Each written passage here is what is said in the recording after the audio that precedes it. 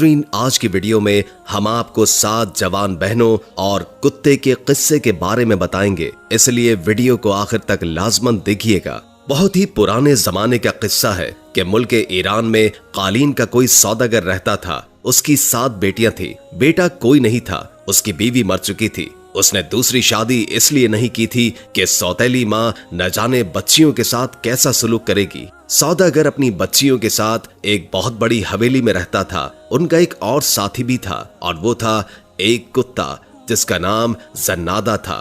जन्नादा सबसे छोटी बहन आयशा का लाडला था। उसने उसे पाल पोस कर बड़ा किया। आयशा उसे खाना खिलाती, उसको पिलाती और नहलाती और उसके साथ खेलती थी। वो जन्नादा से इस तरह बातें करती थी जैसे वो किसी इंसान से बात कर रही हो। जन्नादा असल में कुत्ता नहीं था, बल्कि वो एक जिन था और जिन भी खुश मिजाज और इंसानों से मोहब्बत करने वाला था। बस दिल बहलाने के लिए वो कुत्ते की शक्ल में सौदागर के घर में रहने लगा था। सौदागर हर रोज सुबह सवेरे बाजार जाकर अपनी दुकान खोलता, कालीन बाहर निकालता और सजा कर रख देता। दोपहर को खाना खाने के लिए घर आता था और फिर दुकान पर चला जाता और शाम तक दुकान पर ही मसरूफ रहता था। उसकी जिंदगी इसी तरीके से गुजर रही थी। एक रोज दुकान से वापसी पर वो मस्जिद के सामने से गुजर रहा था कि उसे एक आवाज सुनाई दी, ऐ मुसलमानों, खुदा को याद करो, सिर्फ वही भरोसे के काबिल है। ऐ गुनाहगारों, खुदा सब कुछ देखता है, उसी की तारीफ करो। याद रखो कि हज करना हर मालदार मुसलमान पर फर्ज है। आप में से जो भी खुदा का घर देखना चाहता है, रसूल अल्लाह सल्लल्लाहु अलैहि वसल्लम के रोजे की जियारत करना चाहता है, उसको इत्तला दी जाती है कि हाथियों का काफिला इस महीने की 5 तारीख को रवाना होगा। सौदागर ने ये मनादी सुनी तो उसके दिल में ये तमन्ना पैदा हुई कि वो भी हज के लिए जाएगा। उसने पक्का इरादा कर लिया कि वो इस साल मक्के जरूर जाएगा और खुदा के घर में हाजिरी जरूर देगा। वो जल्दी जल्दी घर पहुंचा और बेटियों से कहा कि मेरी प्यारी बेटियों, तुम देख रही हो कि मेरे बाल सफेद हो चुके हैं, लेकिन मैंने अभी तक हज का फर्ज अदा नहीं किया और ना ही रसूल मकबूल हजरत मोहम्मद मुस्तफा सल्लल्लाहु अलैहि वसल्लम का रोजा मुबारक देखा है। इस साल मैं ये फर्ज जरूर पूरा करूंगा, लेकिन मेरी बच्चियों, अगर मैं हज पर गया तो मुझे तुम्हारी फिक्र लगी रहेगी। मेरे पीछे तुम्हारी देखभाल करने के लिए कौन रहेगा? ये सुनकर उसकी बेटियां उदास होने के बजाय खुश हुईं और बड़ी लड़की कहने लगी, अब्बा जान, आप जरूर तशरीफ ले जाएं और हमारी फिक्र न करें, जन्नादा हमारी हिफाजत करेगा। आयशा ने भी बाप को तसल्ली दी। लड़कियों ने खुशी खुशी बाप का सामान बांधा और खाने पीने की चीजें पकाकर उसके साथ रख दी। कुछ चीजें कच्ची भी बांध दी ताकि बाप को लंबे सफर में किसी किस्म की तकलीफ का सामना न हो। उस जमाने में ईरान से मक्के जाने और वापस आने में 1 साल लग जाता था। सौदागर ने अपनी बेटियों के लिए साल भर के खाने पीने का सामान घर में डाल दिया। जरूरत की हर चीज खरीद कर दे दी ताकि लड़कियों को किसी किस्म की तंगी न हो। फिर उसने उन्हें नसीहत करते हुए कहा, घर से बाहर कदम नहीं रखना, कोई भी आए दरवाजा हरगिज नहीं खोलना। जब तक आप नहीं आएंगे हम दरवाजा नहीं खोलेंगे। लड़कियों ने अपने बाप से वादा किया। सौदागर ने बेटियों को गले लगाकर उनको प्यार किया और फिर उन्हें खुदा के हवाले करके हज पर रवाना हुआ। उसे यकीन था कि जन्नादा की मौजूदगी में घर के अंदर दाखिल होने की कोई भी जुर्रत नहीं करेगा। लड़कियों ने दरवाजे को अच्छी तरह बंद किया और हवेली में आराम से रहने लगी। जन्नादा उनके साथ था। वो सारा दिन सहन में उनके साथ खेलता था और रात को आयशा के पास सो जाता।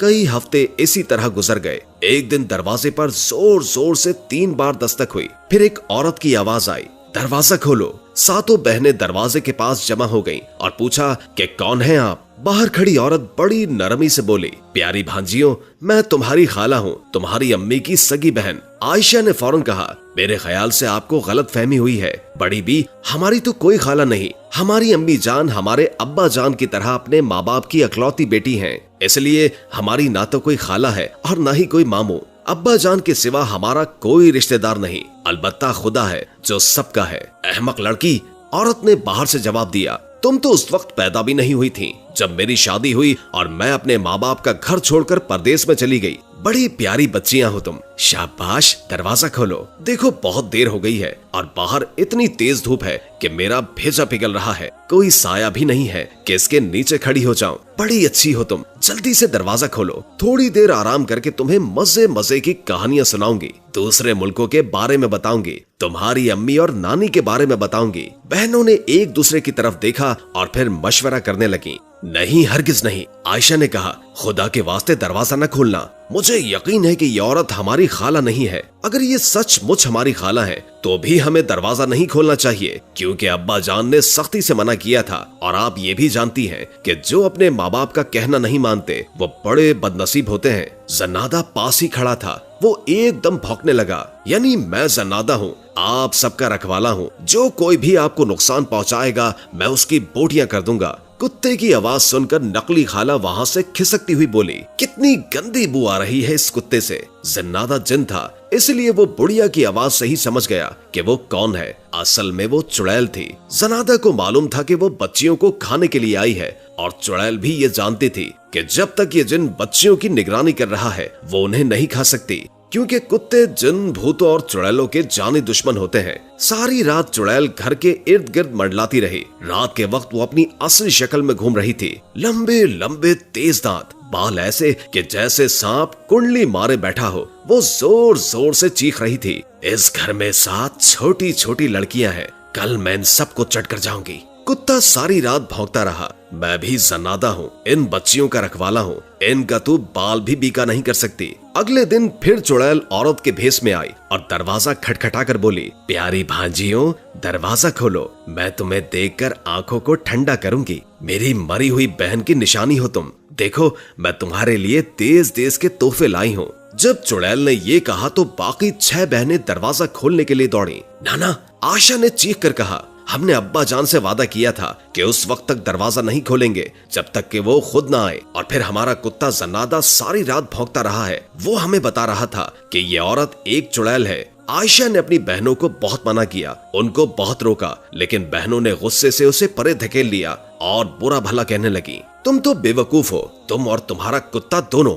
हमारी खाला आई है और हम दरवाजा न खोलें? वाह, फर्ज करो वो सचमुच की खाला नहीं है तो क्या फर्क पड़ेगा? ऐसी नरम दिल बुढ़िया हमारा क्या बिगाड़ सकती है? वो हमारे लिए तोहफे लेकर आई है, वो हमें मजे मजे की कहानियां सुनाएगी। आयशा फिर भी न मानी और बहनों का रास्ता रोक कर बोली, नहीं नहीं, मैं दरवाजा नहीं खोलने दूंगी। लेकिन बहनों ने कुछ भी परवाह नहीं की और 2-3 थप्पड़ मारकर उसे परे धकेल दिया और फिर दरवाजे की चौखट खोल दी। खालाजान तशरीफ लाइए। मगर रास्ते में जन्नादा खड़ा था। वो गुस्से के मारे जोर जोर से भौंक रहा था। वो चुड़ैल उसके डर से आगे न बढ़ी और वहीं खड़े खड़े हाथ फैलाकर बोली, बेटी, इस कुत्ते की बदबू से तो दिमाग उड़ता जा रहा है। जब तक इसे जान से नहीं मार दूंगी मैं अंदर नहीं आऊंगी। बड़ी बहनों ने उसी वक्त कुत्ते को पकड़ा और गला घोंटकर मार डाला। आयशा बेचारी बहुत रोई, बहुत चिल्लाई, बहुत मना किया, लेकिन बहनों ने एक भी न सुनी। वो 6 एक तरफ और आयशा अकेली एक तरफ। वो गरीब क्या कर सकती थी? आयशा को कुत्ते के पास छोड़कर बाकी बहनों ने बड़ी बी को अंदर बुला लिया। जो ही चुड़ैल ने दरवाजे के अंदर पांव रखा, मुर्दा कुत्ते की लाश भौंकने लगी।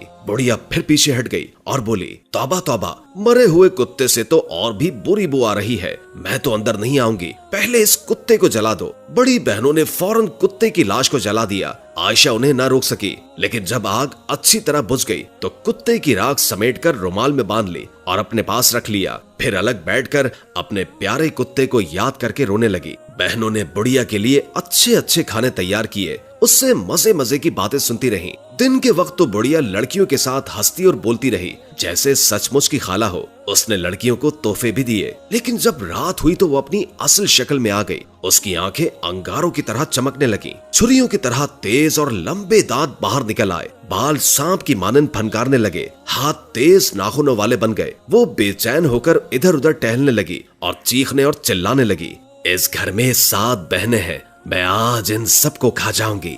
आयशा को बुढ़िया पर पहले ही शक था। वो जल्दी से चारपाई के नीचे छुप गई। बाकी 6 बहनों को खबर न हुई। चुड़ैल ने उन सबको पकड़ लिया। सबसे पहले उसने बड़ी बहन से पूछा, मेरे नर्म नर्म चूजे, बोल तुझे कहाँ से खाना शुरू करूं?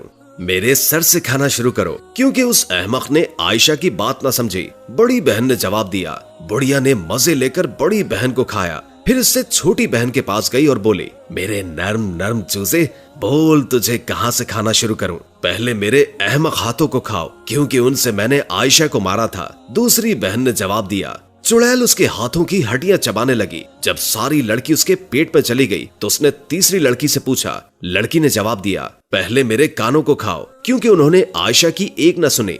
चुड़ैल ने तीसरी बहन को भी निगल लिया। जब उसने चौथी बहन से पूछा तो उसने कहा, पहले मेरी टांगे खाओ, क्योंकि इन बेवकूफों ने आयशा को मारा था। चुड़ैल ने उसे भी हड़प कर लिया।